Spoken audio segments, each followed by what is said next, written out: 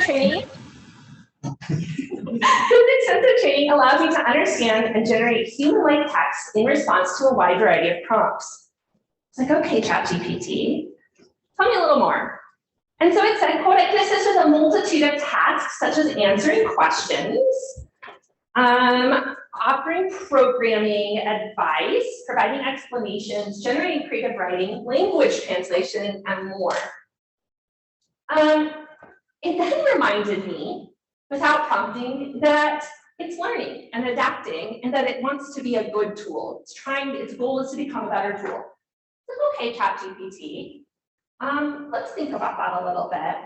As you probably know, if you've played with any of these AI text generators at all, you can feed them information and tasks, right? You can give it something and say, I want you to summarize this text.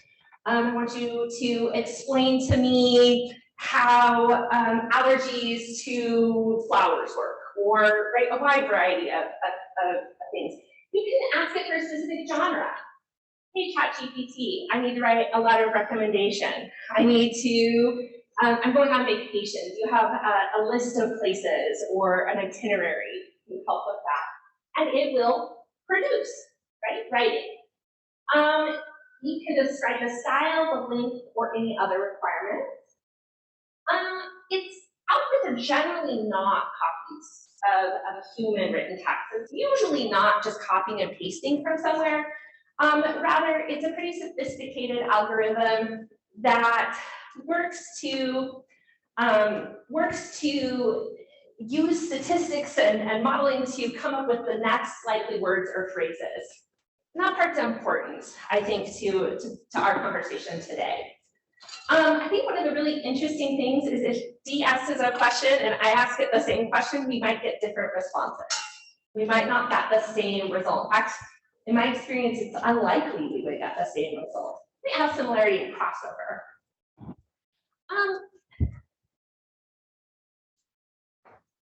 So in the spring, I was really starting to try to figure out how to best approach AI, particularly in writing classrooms. So one of the big parts of my job is coordinating curriculum and teachers for the English 101 program here on the Pullman campus.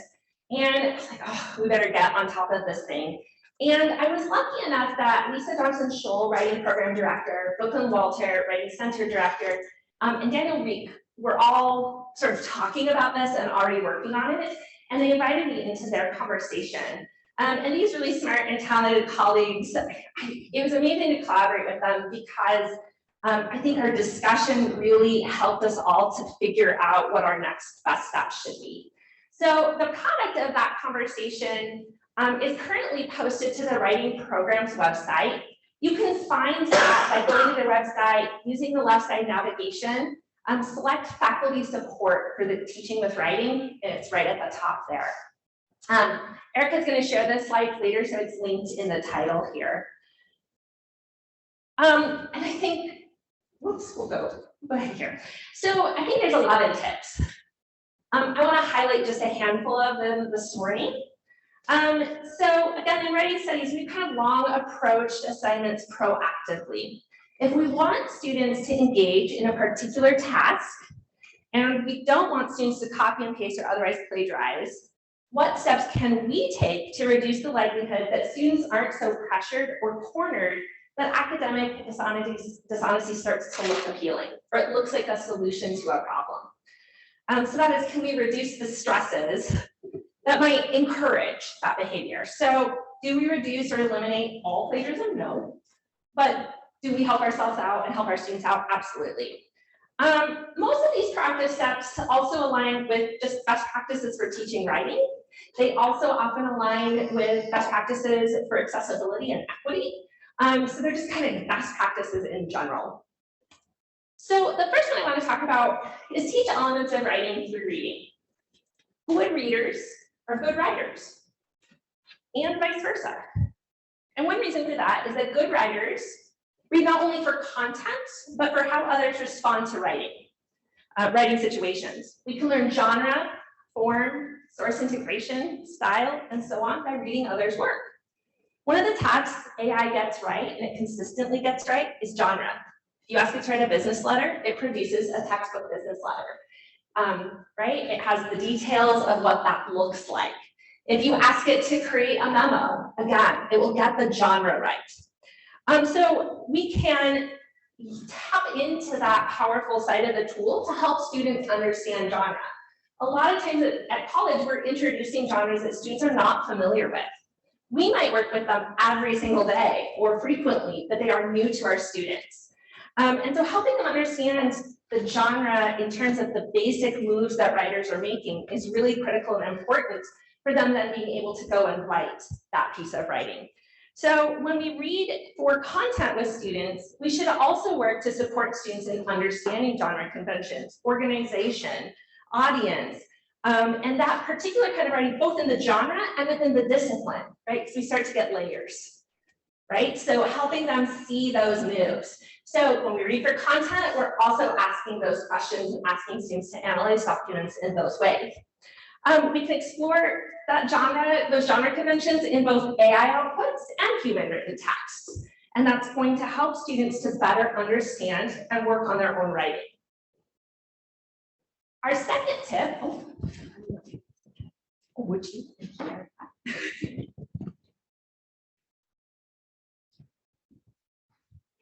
Just Zoom land was having trouble hearing you. Okay. We also recommended that you integrate activities that critique content produced by AI. AI isn't going away, you can't ignore it, and so students need to know how to critique AI outputs. As much as these text generators are impressive, they don't always get everything 100% right. Ask students to explore AI outputs for a topic or concepts they know well. What's something they're an expert in? And ask them to look at that and what's missing? What did they get right? What perspectives are and aren't included? What biases are perpetuated in the output? What changes or revisions would students make to the output to make it stronger? Ask AI to complete an assignment and then ask students to critique AI's output with that prompt in mind. So ask them to do the thing you're asking, ask AI to do the thing you're asking them to do, and ask students to look at what AI creates. They can then critique that output and use their critique to plan their own project. What writerly moves, right, thinking about those genre conventions, would they borrow from what the AI created? What would they purposefully, right, do differently? And then give them some time to plan their own writing.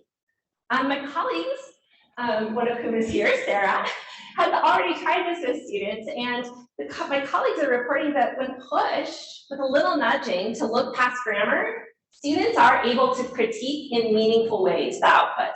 You need a little nudge, but then they will. I think this third one for me is just so critical because prioritize information literacy. We know what's happening to information, right, in the 21st century and how it's understood.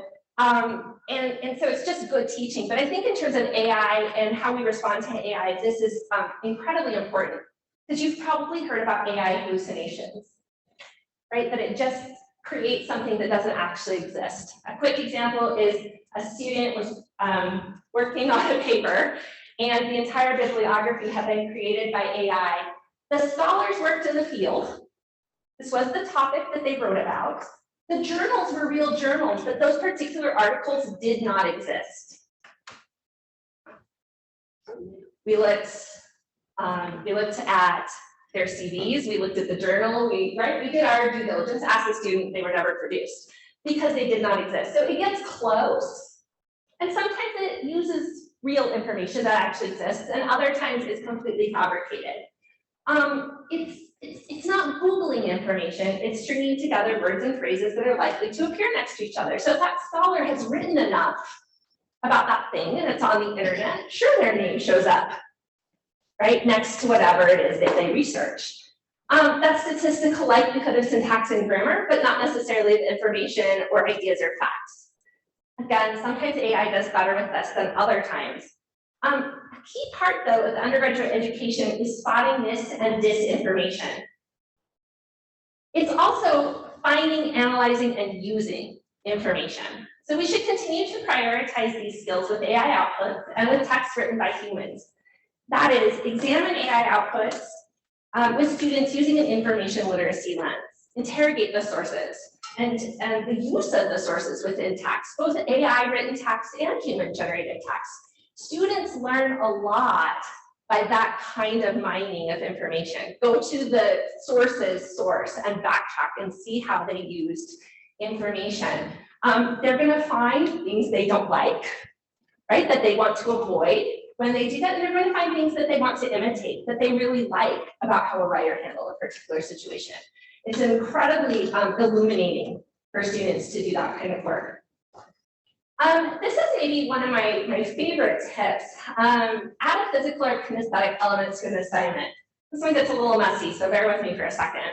Not all writing has to be a traditional academic essay. Not all writing has to be based solely on alphabetic text. So places and people can be sources. Send students out onto campus, into town, the county. Engage with objects and spaces and people. Low stakes, informal writing can support students who are grappling with really difficult concepts. So connect the assignment to their lives and their lived experience. When they want to do the work, because they understand the importance, they're less likely to take shortcuts. When the product is something they're interested in, they're gonna be less likely again to take a shortcut, and they're gonna be excited to stretch and grow. These are just a few of the tips from the writing and comp programs. But I'll talk about one of our tips sort of in a little bit more detail. I took the first piece of advice, which was to feed AI one of my prompts and see what it did. So I tested some common first year writing prompts in ChatGPT, and back in March or so it did okay. Better in August because it's learned and it's adapted. Some of my colleagues took AI responses in class where students had a lot to say about these early outputs in particular. The students noticed the analysis was a little bit light. They noticed that the evidence wasn't particularly specific, which is a common thing we see with the AI outputs, and that pretty much matched my assessment of what I saw in the outputs. But they got better, and the current outputs are stronger. There's still some limitations. So I kind of backed up. Why do I assign this assignment to students? Why do so many of my colleagues ask students to do this work? Why is it important? And really what we want is for students to take concepts we've been working on in class and go apply them to a new text on their own, right? So we've done all the we do practicing stuff together, and it's time now to see if they understand. So I don't want AI to generate the output. Something really interesting happened though when I asked ChatGPT, instead of think of a text on this campus, so let's think of the Women's Center as a space and as a text. And ChatGPT produced an essay, produced a 5-paragraph essay. I asked it to revise a few times, trying to get it out of a sort of common pattern for rhetorical analysis, and it kind of wouldn't do it. It tried, it had some good points, but it didn't really produce it. And one of the things that was interesting was, and you can just sort of see here, these are pulled from the 3 body paragraphs, the way it repeats itself. In empowering women, fostering inclusivity, and advocating for gender equity. If you drop that into Google, guess what's said about most women's centers in the United States, right? So it's not doing critical work here. It had very little specific things to say. I could tell that this writer had not been to the space. They had not experienced the space. They had not talked to anyone in that space. This repetition was problematic because of the lack of depth. It really had no specific evidence. So here it starts talking about pathos, but it doesn't really explain how that pathos is developed, right? What's the specific evidence that leads this writer to believe that this is an appeal to pathos? It didn't do it. So then I played with ChatGPT a little bit more. Kind of asked it different questions. I said, well, ChatGPT, I need to rhetorically analyze a women's center. What might I look for when I visit that space? And it created a wonderful list. If a student was struggling and didn't know what kind of notes they should take, answering that list of questions or the things it recommended to notice was actually a great starting place. If a student showed up in office hours with that list, I'd be delighted. We could work with that. I think we're getting close to my last couple of points here. I think one of the things that's really important for us to consider is the way our grading communicates our priorities. Most undergrads are academics, right? They have been studying something for 2 to 4 decades. So when we prioritize something like perfect prose at an academic level, they're intimidated, and rightfully so. Some of them can produce it, but that's a sign of socioeconomic status more than it is of intelligence. We set them up for failure. They might see ChatGPT and other AI generators as a way to reach that expectation, because what does AI produce in addition to genre? Pretty perfect, white, middle-class standard American English. It's really good at that. So make space for students to demonstrate understanding in their voices. Have low stakes check-ins where students can try and practice, rather than already having to get it perfect in a voice that they don't yet possess, or may never possess, or don't want to possess. Leave grammar off the rubric, or limit the points students can earn for those type of conventions. I usually recommend that if it makes the rubric, it is the lowest, most, right? We're talking 5 points out of 100, if I even include it. I teach a grammar class and I often don't include it. Yeah. Finally, I think one best practice continues to remain true. I think about transparency a lot in the classroom. Decide on the best policy for your class and for your individual assignments. Be explicit and clear in your instructions and your expectations. I think that's in your syllabus, it's in your prompts, it's in your instructions, it's in your guidelines, high stakes or low stakes. If AI is something students can use, be clear about what steps and what stages it would be an appropriate tool. Help students explore it, and remind them frequently of your policies, because students are going to be in 3, 4, maybe 5 classes, and we're each going to have a different policy. So their ability to remember policy in one class versus another as they're working on assignments, let's be compassionate and generous there and help them remember what those policies are. Thank you.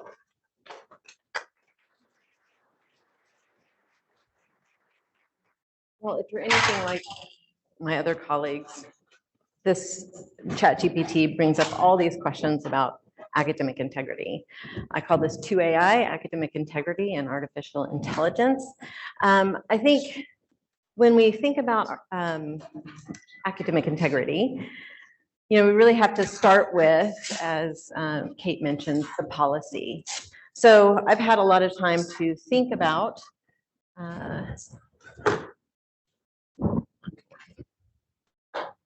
I've had a lot of time to think about, just for myself, but also in terms of, as a member of the Academic Integrity Hearing Board, how I'm going to figure academic integrity into my assignments, into my class. And these are kind of the points that I hit on when I think about it, the way I've sort of organized my thoughts and processes related to this. So policy, important, incredibly important. There's this matter of detection, so artificial intelligence detection, the procedure for how you would go about detecting AI generated work, and then a matter of due process for the student. So if you have checked your email in the last couple of weeks, you received this memo from Provost Chilton, and this is, the beginning of the semester memo. It includes a lot of other policies, but there's also this part included about both academic integrity, but also some guidance on the use of artificial intelligence in your classroom. What's important to me as I was reading through this, 2 things. One is that we are encouraged to design our own policy. There isn't a blanket policy that the institution requires. And that's important because it allows us to decide what's appropriate for our class, for our assignments, for our students. The second part that was really important to me was that we were explicitly told that we would have the support of the institution in whatever policy we decided on. So those 2 points were really important to me as I was thinking about, AI, 2AI, AI. Now, policy is our starting point, and we already have AI covered in our academic integrity policies. right? So if you just copy paste the syllabus, the required syllabus statement into your syllabus, it already includes a policy on AI use, right? Gives you a link to the Washington State Administrative Code, which is great. Have you ever, anybody have just bothered to read it? Yeah. If you've ever read it, it's like, oh gosh, I mean, it's hard enough for us to understand, like, you know, what are our students going to do? But it is covered, right? No explicit mention of artificial intelligence, but it is covered. My suggestion, though, is not to let the WAC communicate your policy on artificial intelligence for a couple of reasons. One, it certainly doesn't explicitly mention it, right? There's no mention of AI in the WAC, but also because we're all going to have different policies, right?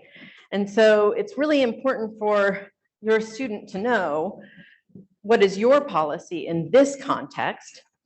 And I always remind my students that my policy may not be somebody else's policy, that they need to know what their, you know, individual instructors do and don't allow.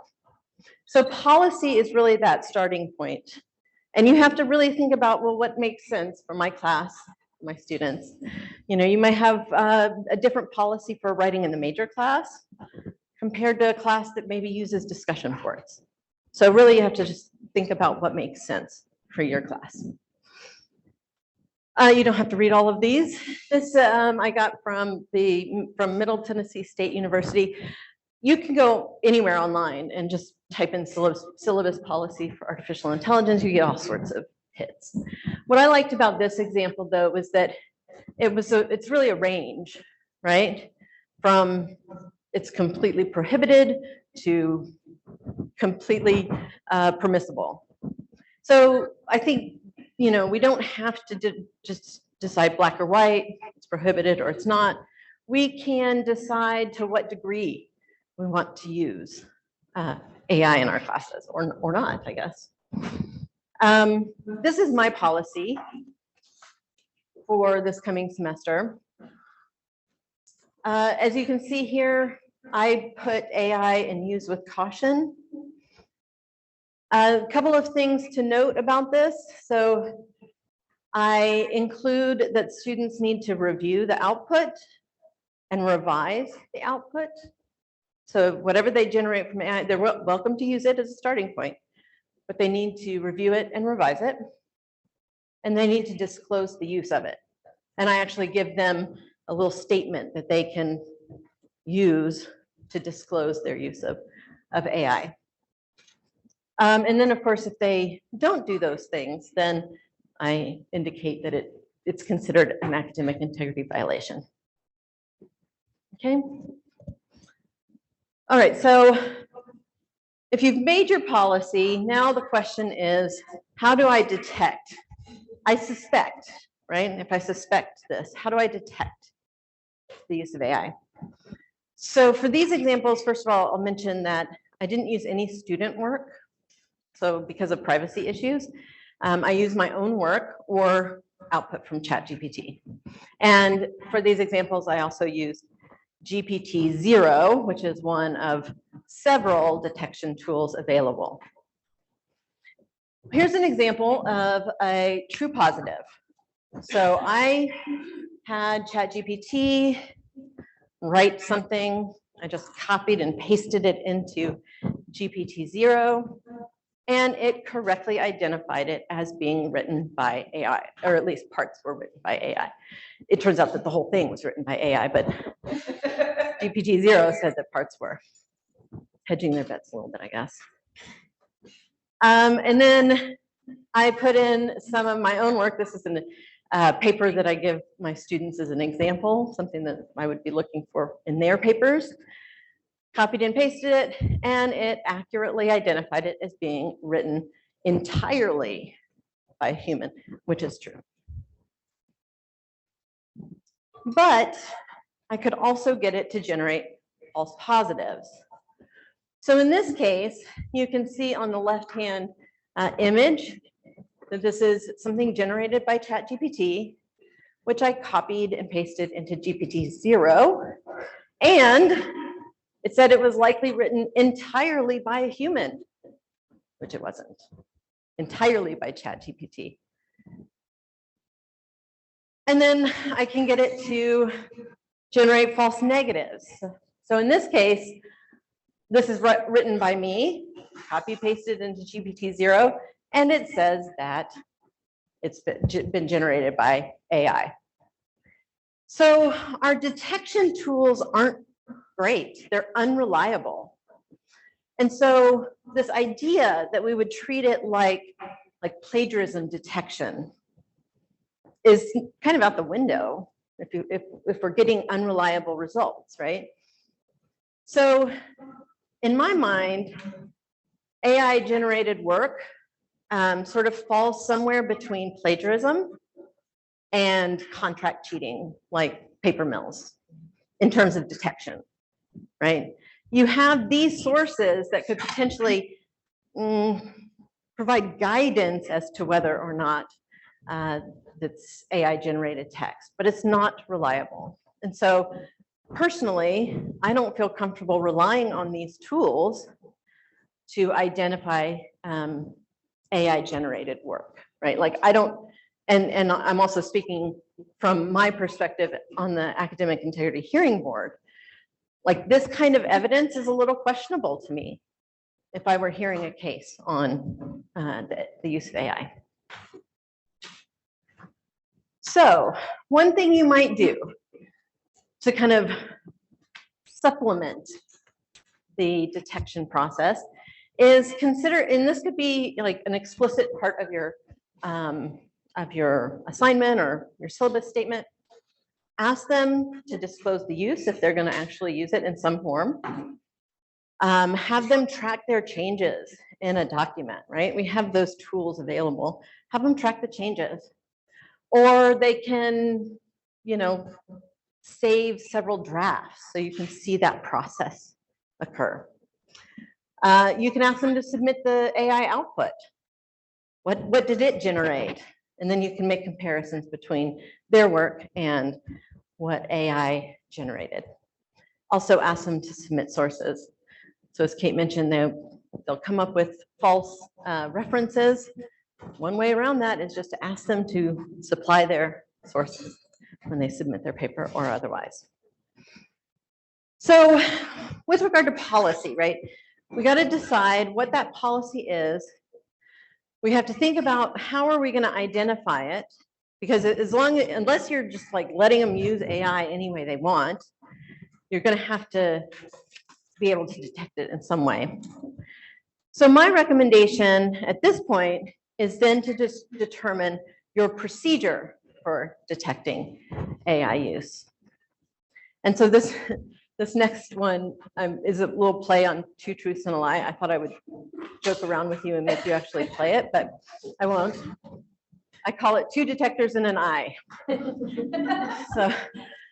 So Two Truths and a Lie. And this is sort of my policy, slightly changed a little bit, but the I part is if I'm reading your assignment and I suspect that there's AI generated work, hasn't been revised sufficiently and it hasn't been disclosed like I've asked my students to do, then I will run it through two, and you can pick as many as you want or however you want to do it.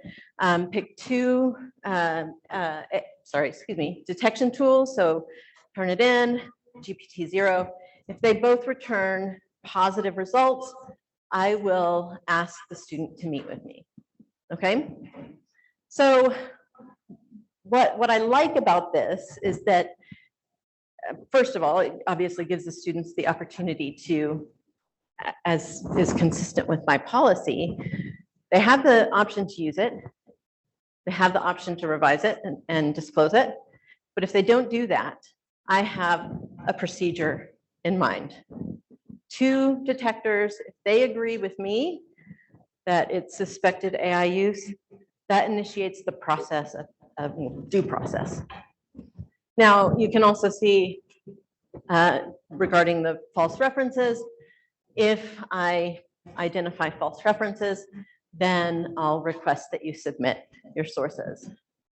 So this is a procedure for how I'm going to go about detecting the use of AI and then initiating the academic integrity process. Just as you would make your policy explicit and communicate, I would also make the argument that you can make your procedure and communicate.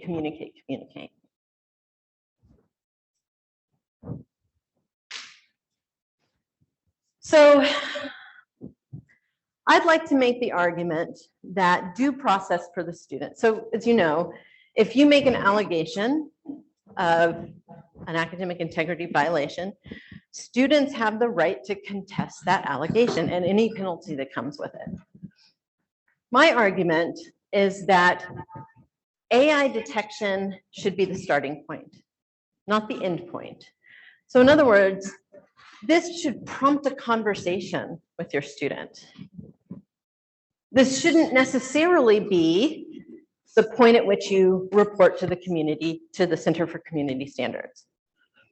Not necessarily. Now, there are some cases, if you've ever played around with it, ChatGPT will say something along the lines of, as an AI model, I cannot fill in the blank. And if a student copies and pastes that into a document that they submit, that seems like a pretty obvious example. But because the detectors are so unreliable, it's hard for me, both as an instructor, but also from the academic integrity side, it's hard for me to use that as definitive evidence. And so to me, that's what prompts the conversation with the student.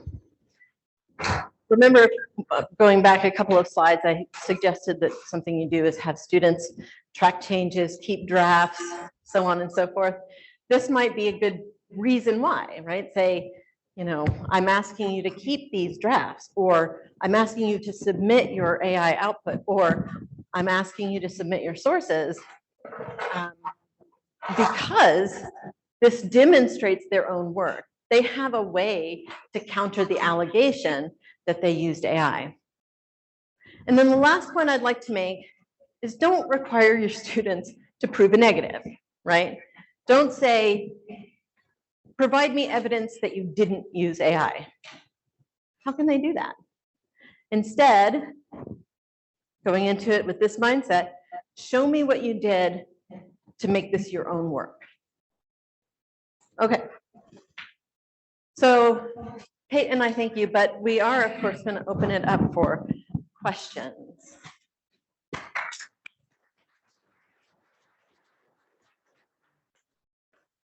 Any questions? Yeah. Maybe not entirely a question, but I think it's important that we acknowledge and embrace the irony of using the AIs to detect the AIs. Like those AI detection tools are AI.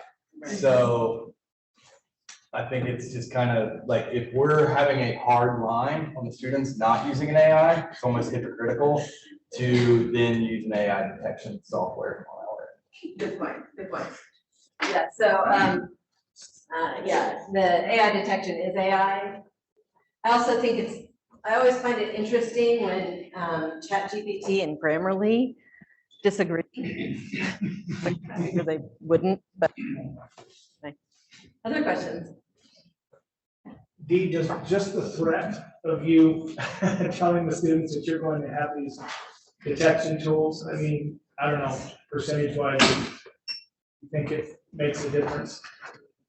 Well, so I guess, so the question is whether just the threat of using the AI detection tool, is that enough of a deterrence?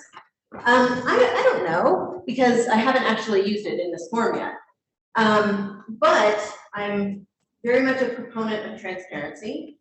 And I also feel like if you tell them what the procedure is, you know, that's a piece of the academic integrity puzzle as well, right? And so if I say, hey, this looks suspicious, and I tell you ahead of time, this is what I'm gonna do if it looks suspicious.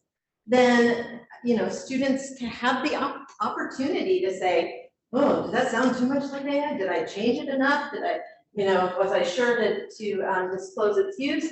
And if they aren't or can't, then that does initiate the academic integrity process. So, I think the procedure can be as valuable as and important as the policy. This is a question from Zoom. Allison Matthews asks, how would you address the ethics of having students use tech from companies currently facing class action lawsuits for copyright violations, privacy data theft, and facing allegations of exploitative labor practices from moderators? Good question. Just yesterday in our COP program discussion, I recommended having those conversations with students. So not lecturing them and trying to convince them that your opinion or your stance is correct, but instead providing them with articles or information about the lawsuits, about artists and other people being upset about the way their work has been used to train, the stuff that's happened with South Asian and Kenyan workers who had to scrub data, like show that information to students and have an open conversation about it. Right? There's very few things in the world that aren't complicated.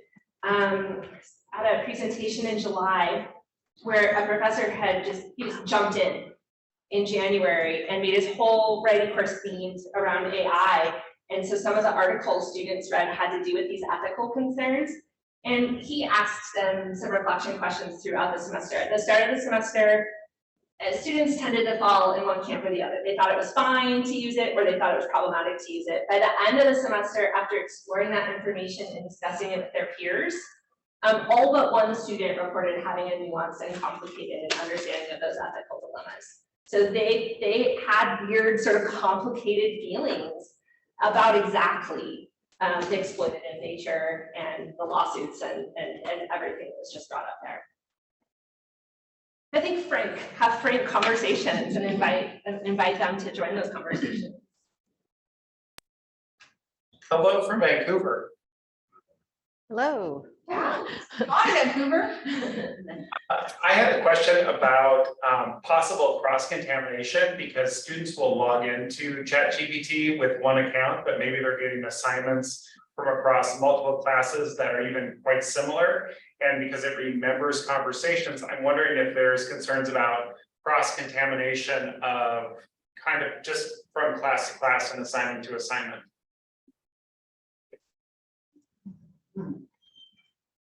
Are you thinking of it from an academic integrity perspective as like they could take text that would appear in one paper for one class and put it into a paper in another class? Well, yeah, and I'm wondering if that can happen accidentally or something, maybe they've already worked on an assignment similar, or it'll influence what comes up when it asks a question because it feels like it's a follow-on to a conversation that had already started, but actually you wanted to start new, but you can't because you just have the one account. Well, so if my playing around with ChatGPT informs this, if you start a new chat, it really starts from scratch. So it's not account to account, it's chat to chat. So if you continue the same chat, so it's the same thread, it will take whatever it had done before and factor it in. But if you start a brand new chat, it starts from scratch.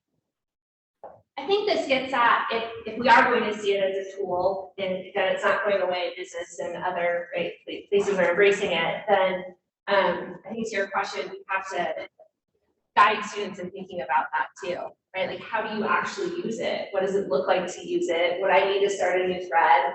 How do I prompt it to get responses that are helpful to me? And then how do I analyze that output?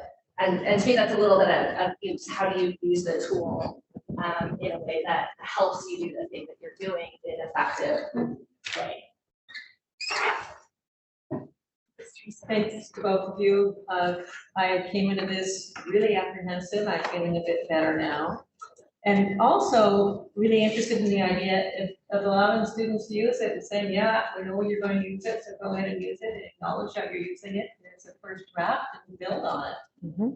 That's a really interesting idea.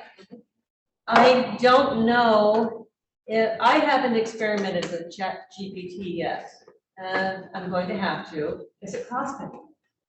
There's a free version and there's a paid version, which gets at one of the inequities because the paid version is better. It produces better outputs. So I think that's an interesting conversation to have with students as well. If your classmates can't afford to pay the fee for the better version, is that affordable? Is that fair? How do we feel about that as a class? Yeah.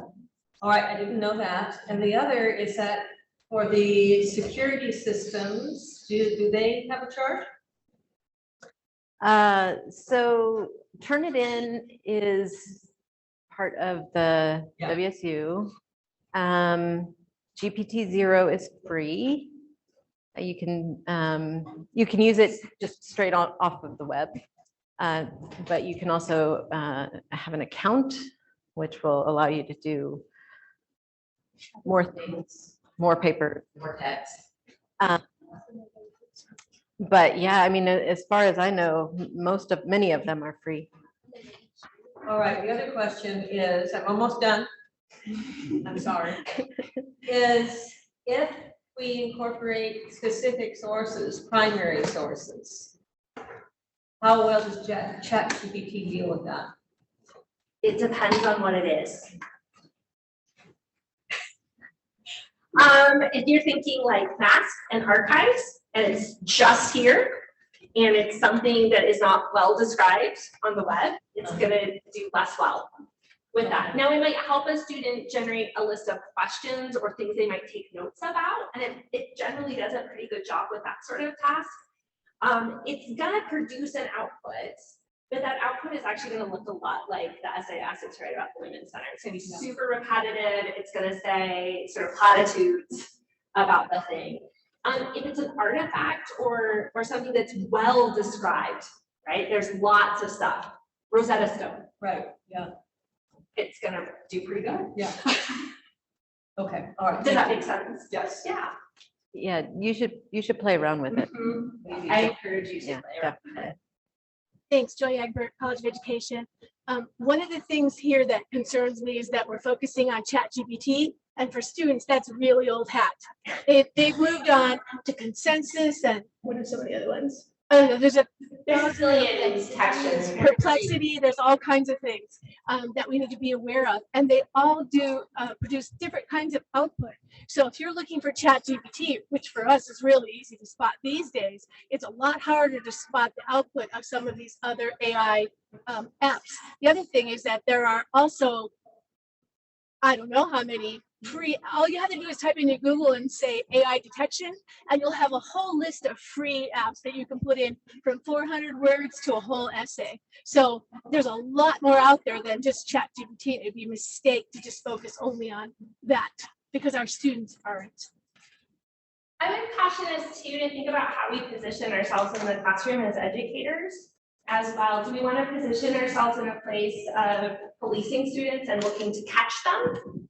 Or do we want to position ourselves as their partners in learning? And so, yeah, there's a zillion tools. There's no way we can keep up with all of them.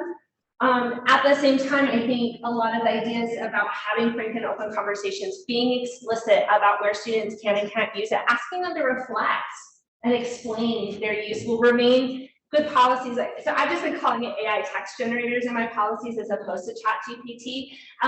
ChatGPT has sort of become for me like Kleenex, right? Like you refer to all facial tissue as Kleenex. I think that's sort of what's happening a little bit with this, but But yeah, for us, they can produce pictures, they can produce videos. I mean, it's limitless really now. So it's all those things that we have, graphics, beautiful graphics, all kinds of things that we have to also say, you know, think about this.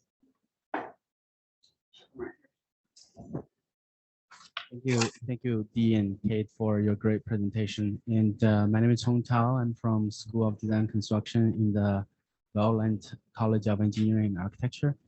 My question was on one of your slides, you had 3 category, prohibit it or use it or disclose it. My question is around how do you differentiate the assessment or evaluation of students' work when you choose one of the category? For example, if you prevent students from using ChatGPT, and of course they will produce their original work, but it may not have the text generator as a tool to help them improve their work. So the assessment might be a little bit different. And then if you allow them to use ChatGPT or text generator, they will disclose it. Their work will be better, but your assessment will be different in those 2 categories. So how do you differentiate and what would you focus on in each category? Yeah, I'm not sure I have a good answer on that. I mean, I think your point is well made. So I'll tell you how I used it last semester. I used it in a way where my students and I worked collaboratively on an outline that we put into ChatGPT, and it generated our paper. And we all started from that point. And so they could make revisions from that beginning draft. In that case, it kind of, we all started at the same point with this one shared document.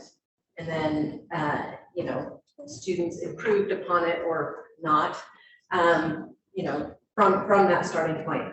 But I think your point is well made. I mean, if somebody has access to ChatGPT or one of these other AI generators, and somebody doesn't, or somebody has a paid version and somebody has a free version, how do you sort of standardize the grading when you have that? I'm not sure I have the right answer or the answer, but I do think you have to sort of figure that into your approach to grading.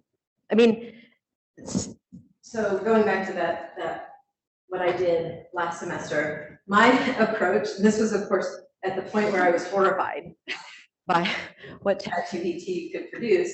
My approach was if they don't need the time to write, they have the time to read, with the idea of they're becoming experts based on those readings. They were reading, journal articles, to help them then to evaluate the output of ChatGPT and make revisions based on that. I've also sort of thought, well, are we going to be at a point in our grading where it's like, is this better than ChatGPT? Like ChatGPT is the lowest category in your rubric. This could have been produced by ChatGPT, and then you go up from there. I mean, maybe that's it. I don't. I'm not sure. We have an online question that I think ties to this. Question is on time management. For those who teach more than 2 classes, this is an added exponential drain on our out of class time. For example, a violation will take at least an hour or 2 of our time. And if there are many of these, it doesn't scale. I'm just looking for advice on how people are dealing with this. Well, so from the academic integrity hearing board perspective, that's how I'll come at it from that perspective. There have been, when I talked with Karen Metzner, the director of the Center for Community Standards in July, there were only a dozen cases so far in the pipeline for AI, the use of AI. And so what I think people are doing about it right now is nothing, mostly, because they're not reporting these instances when I'm certain that it's happening, and perhaps that's because we don't know how to approach it, and then there's also this element of this class size enrollments and things like that. But yeah, I mean, I think we have to approach, if you're gonna prohibit it to use in any form or some degree, it has to be treated in the same way you treat other academic integrity violations, right? Whether it's plagiarism or cheating or whatever. So, I would say to the extent to which you would penalize plagiarism, you should do the same for AI generated text, if that's something that you prohibit. Does that add time and energy and effort? Yeah. But I would also argue if you have a really clear policy that you communicate a lot, have a clear procedure that you're going to use to, detect it, and you communicate that often, I think you set yourself up for fewer cases than more cases. So, hope that answers the question. Hi, I'm Sean from biology. So I have a couple of questions/comments. So I have a son who's just finished his first year at UW. So I asked him, what the hell do I do, boy? Because he's a smart kid and him, Kate. So he said, well, bring the student in and ask them to tell you about X, right? You bring them in and they think they're in trouble, they're going to justify themselves. So I would say, okay, tell me all about this plant. And if they can tell me the stuff, if they've learned the information that was in the paper, then I'm like, okay, you learned the stuff, I'm good. So the other thing I was thinking about doing is, because I try and get students to, with scaffolding, make notes and then use your notes to write paper, blah, blah, blah. So I'm thinking, should I add submit your notes, or can ChatGPT make notes? If you ask it, make notes on this thing, could it do that anyway? Is that just, I don't know. If you have the right plugin, yeah. It can just make the notes, yeah. It can. But I think that's where really leaning into them doing it in their own voice in a casual, informal way is going to be a better process for them making notes. Creating Some notes are too nice and complete sentencing. But who needs to, I'm an English teacher, I have notes like that, right? I don't write in academic English when I'm making notes on the paper. I write, what? Question mark, or I think that means this, or right? So, I think talking to them about what that annotation, and it can be a quick conversation. They've heard about annotation. As a reminder, kind of looks like this, right? And talking about that with them is right. That's sort of what you're looking for. And I wouldn't spend a lot of time grading those. I'd probably look at them really quick and then, yep, that looks like notes. Yeah, that's because like somebody else was saying, we don't want to end up making way more work for us while we're trying to help them. Right. And I think that's again where, I think communicating with them why the assignment matters. Why am I asking you to do this thing? And how does that apply outside of this classroom is critical as well. Will again, it hurt every case, no, but again, that investment, growing that investment, creating those opportunities for that discussion will reduce some cases. Thank you. Thank you, Sean. Just one last question. Thank you for everyone. Yeah. Oh, okay. Yeah, I just wanted to dovetail on what you said again for a class that has just from a class that has 170 students in it or whatever. But just putting in, if you're having them do a short pick or whatever, just including that quick reflection element, like how does this connect to the content that we've been talking about for the last 3 lessons, or what's your perspective on this? That's where the line comes in, because I did turn in several students last semester that said, well, I'm an AI and I don't have an opinion about this. But as soon as I told this, I shared that with the student that their information had been sent, and they didn't contest it because they knew that they had. So I think that might be part of the reason why there aren't so many cases, because if a student knew that they didn't, they probably didn't. They just went, oop, yeah, me, that kind of a thing. But I don't know. But I think part of what we're trying to get them to do is apply, like you said, whatever it is that they're learning. And so to get them to reflect on how that relates back to whatever the course content is, and maybe asking them their opinion about it. They might get whatever the points are for whatever AI generates, but they're not going to get the points for the critical thinking piece, and that's really what we're trying to do. So try to incorporate that. That's what my goal is. And I suppose I'm taking a little bit of solace in that. Like, am I not gonna like see that they use AI? Sure, I'm gonna miss that. I used to teach a 4-4 writing classes. Would I notice every time? No, absolutely not. But if I look at my grading criteria, and what's most important in my grading criteria, it's that thinking. It's the critical thinking, it's the analysis, it's the interpretation, it's the explanation that they do. And I've looked at a number of little tweaks to my prompts. The highest grade some of these AI generated with no revision would earn is like a D, because it doesn't do that it doesn't do specific well, and it doesn't do critical thinking, because that's not what it does, right? So, you know, I think leaning into the really important parts of what your assignment is, what you're really looking for, make that worse the most in your grading is going to be helpful. Thank Dee and Kate one more time.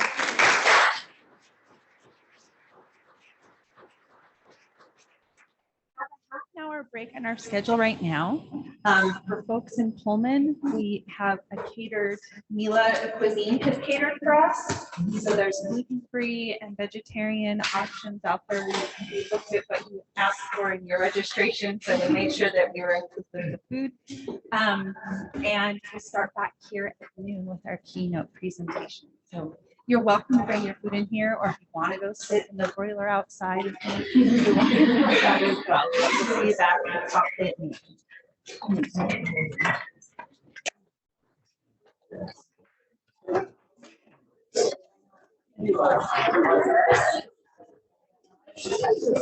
Well,